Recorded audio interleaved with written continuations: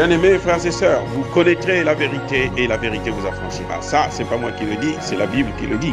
Mais moi, je vous dis mieux. Vous connaîtrez la vérité historique, notamment celle de vos ancêtres kémites, et vous aurez une vision globale de ce que c'est que la vraie souveraineté politique. J'ajoute, vous reviendrez à la spiritualité africaine ancestrale et vous comprendrez les enjeux de l'indépendance économique. Et pour terminer, vous accepterez votre identité culturelle kémite et vous obtiendrez deux choses. La première, c'est la paix. La seconde, c'est le développement, à une condition. L'unité de toute l'Afrique noire, l'unité de tous les Noirs du monde entier. Otep à tous, bienvenue sur la chaîne des panafricanistes par essence, par conviction et par excellence. Celle des citoyens kémites par nécessité et obligation de combat.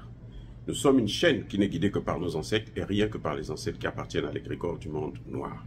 Par conséquent, nous ne croyons en aucun Dieu venu de l'étranger. Toutefois, cette vidéo n'est aucunement destinée à inciter à la haine ou à la violence, car nous menons un combat qui est d'abord et avant tout spirituel, intellectuel et démocratique. Ensuite, il est politique, géopolitique et géostratégique, contre l'impérialisme, le colonialisme, le néocolonialisme et l'endocolona, qui sont tous qualifiés de crimes contre l'humanité. Nous menons ce combat sur la base du principe fondamental que nous avons hérité de nos ancêtres kémites, qui est celui de la Mahat, c'est-à-dire solidarité, vérité et justice. Vous êtes donc en droit de connaître la vérité et nous avons l'obligation de vous dire la vérité, rien que la vérité, afin que justice soit rendue au continent africain. Et ça, c'est notre modeste contribution dans cette noble lutte en faveur de la souveraineté, la dignité, la solidarité et l'unité africaine. C'est exactement ça que nous appelons le panafricanisme. Bien-aimés frères et sœurs, nous avons tous suivi l'allocution de Alassane Ouattara. Si vous voulez, vous pouvez regarder ça encore pour comprendre un peu mieux ce que je suis en train de vous dire. Quand j'ai regardé ça la deuxième et la troisième fois, pour mieux voir les gestes de Alassane Ouattara, pour lire son corps, ce que j'ai toujours appelé le langage corporel, parce que ce qui sort de la bouche et ce qui sort du corps, des mouvements que vous faites, de la tonalité et autres, il y a souvent une différence lorsque vous n'êtes pas dans un état, dans une situation normale. Lorsque vous êtes stressé, lorsque vous êtes angoissé, lorsque vous êtes sous pression, lorsque vous avez trop de problèmes, votre tonalité aussi change. Vos gestes sont différents. Et c'est pour ça que j'ai regardé à plusieurs reprises. Maintenant, vous allez voir vous aussi, hein, pour qu'on puisse ensemble comprendre ce qui est en train de se passer. En tout cas, l'analyse de mes conclusions, c'est que Alassane Ouattara n'était pas en lui.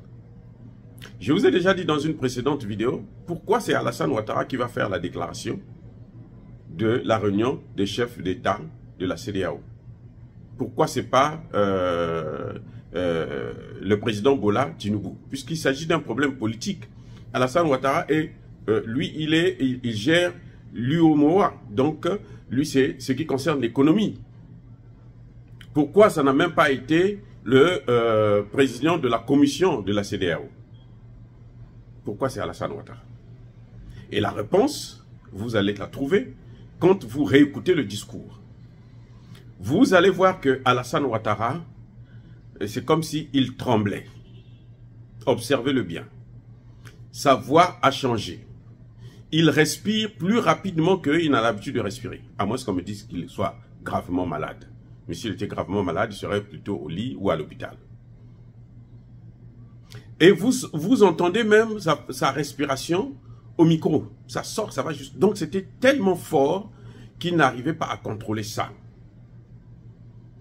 Vous savez ce que ça signifie? Ça signifie que Alassane Ouattara ne parlait pas naturellement. Ça signifie que Alassane Ouattara était sous pression. Il est victime du chantage. N'oubliez pas, je vous ai déjà sorti une vidéo où je disais que la guerre qu'il y a eu, guerre civile en Côte d'Ivoire, c'était les rebelles de Alassane Ouattara et Guillaume Soro qui ont attaqué l'armée régulière et la population civile. Les Occidentaux, comme d'habitude, ils ont inversé les rôles. Ils ont pris Gbagbo, ils ont pris Blé Goudé, ils ont amené à la haine. Et après, ils se sont aperçus que c'est trop faible pour condamner un innocent comme ça là. Il fallait trouver autre chose. On l'a relâché. Si ce n'est pas Gbagbo, qui d'autre ça peut être, puisque ce sont les deux qui se sont battus. Ça peut être que du côté de Ouattara qu'il faut voir les choses. Et depuis, la justice ne veut pas avancer là-bas. Je vous ai aussi dit que, à un moment donné, quand Ouattara est rentré de la première réunion de la CEDEAO, sur le cas du Niger, il ne semblait pas être va-t-en-guerre. Et sur toutes les chaînes françaises, là, on a dit, Alassane Ouattara recule. La Côte d'Ivoire hésite, la Côte d'Ivoire. Donc Alassane Ouattara voulait rassurer. Ça veut dire que quand Alassane Ouattara était en train de lire un discours qui a probablement été rédigé à l'Élysée, derrière, les gars étaient là en train de l'attendre avec des bazookas pour le massacrer. On lui a déjà rappelé que non, tu sais que toi, tu vas aller à la Cour pénale internationale. Est-ce que tu veux aller terminer là-bas? Mais les Africains là seront contents de se moquer de toi. Donc du coup, monsieur est obligé de jouer le jeu. Ce que vous voyez là, ce n'est pas Alassane Ouattara naturel. Parce que nous savons, ce sont nos aînés, ce sont nos pères. On a beau les critiquer, ils sont mauvais. Ça, il n'y a rien à faire. Parce que d'ailleurs, le fait seulement d'aller comploter avec les Occidentaux pour venir piller nos pays, déjà ça, c'est un crime de haute trahison, tellement grave que... Mais, il y a des choses qu'on ne pourrait pas mettre sur le dos de ces gens-là. Alassane Ouattara a lu ce discours-là sous pression. Alassane Ouattara a lu ce discours-là sous... parce qu'il était face au chantage. Et je suis presque convaincu que Bola a refusé de lire ce discours. Bola a refusé de se prononcer. C'est pour ça que vous entendez Alassane Ouattara vous préciser dans le discours que non, c'est tous les pays de la CEDEAO. Non, on sait que c'est la CEDEAO qui s'est réunie, donc quand tu lis là, c'est pour la CEDEAO. Tu es obligé de répéter. Ça veut dire qu'il y a quelque chose qui ne va pas. Et d'ailleurs, on sait qu'il y a eu des clivages. Hein, il y a eu deux branches. Il y a une branche qui n'était pas d'accord. Tout ce qu'ils ont dit là, c'est faux. Tout ce que Alassane Ouattara a dit, c'est faux. C'est faux, archi faux. Nos parents sont dangereux, sont parfois aussi des criminels, mais pas au point de mettre l'Afrique à feu et à sang, comme on est en train de le voir aujourd'hui dans le cas du Niger. Parce que cette guerre, si elle venait à se déclencher, c'est l'ensemble du continent africain qui sera chaotique. Je dis bien chaotique. Et les Occidentaux n'attendent que ça. Parce que eux, c'est dans le chaos, eux-mêmes ils appellent ça le chaos maîtrisé, qu'ils arrivent à piller les matières premières. Leur objectif, comme je l'ai dit, je le répète encore, ce n'est même pas le Niger, ce n'est même pas Bazoum, ils s'en fichent de Bazoum. C'est Bazoum qui croit que les Blancs là, ils pensent à lui. Et là où ils sont là-bas, là, ils ne pensent même pas à lui. Vous savez que Emmanuel Macron a reproché, a blâmé, a crié sur les services de renseignement français, la DGSE. Il dit, vous êtes bêtes, vous êtes cons. Il les a insultés de tous les noms parce que vous n'avez pas vu voir ce coup d'État et vous n'avez pas pu réagir et empêcher ça. Voilà maintenant dans quelle situation nous nous trouvons. Vous voyez, donc, ce qui est en train de se passer là, c'est l'Afrique qui est en danger. Si ces gens-là gagnent cette guerre, je dis bien, c'est l'Afrique qui est en danger. Ce n'est pas le Niger, ce n'est pas la Côte d'Ivoire, mais c'est l'Afrique qui est en danger. Le Nigeria sera touché, peut-être balkanisé, probablement. Le Nigeria se souviendra très bien de la guerre du Biafra. Ce sont les mêmes, ceux qui ont fait la guerre du Biafra, là, ceux qui ont organisé ça, là, ce sont les mêmes qui sont en train d'organiser la guerre maintenant dans le Sahel. Parce que avec les terroristes, ça ne marche pas. Ils veulent maintenant prendre la place eux-mêmes. En Ukraine, ça ne marche pas, ils veulent prendre la place eux-mêmes. C'est pour ça que j'invite encore le président Tinubu, plutôt le président Tchani, de prendre ses responsabilités, de ne pas hésiter, de faire venir même Wagner. Vous savez, quand on est en train de se noyer, on peut même tenir le serpent pour tenter de se sauver. Y compris, Wagner doit être dans le carnet d'adresse.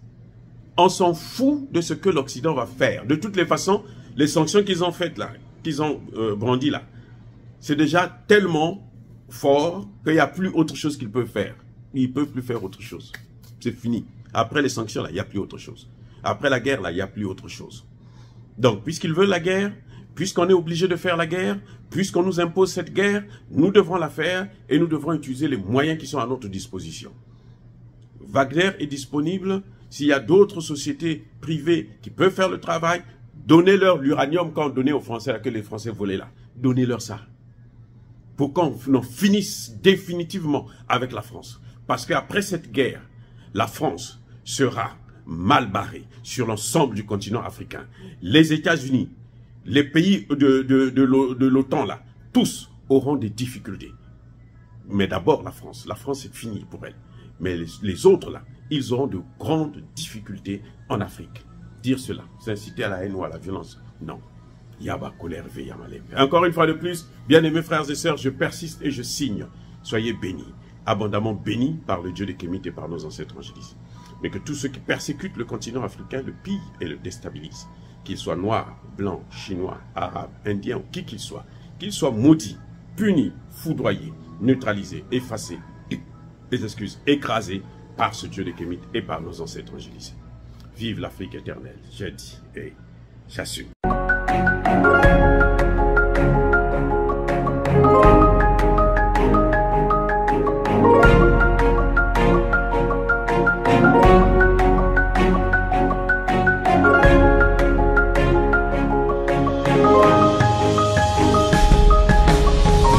Eux, ils marchent par la foi et non par la vue. Mais moi, je vous conseille vivement de marcher par la connaissance scientifique et historique, notamment celle de nos ancêtres kémites, par les 5 sens et par l'intelligence. À vous, à Pierre.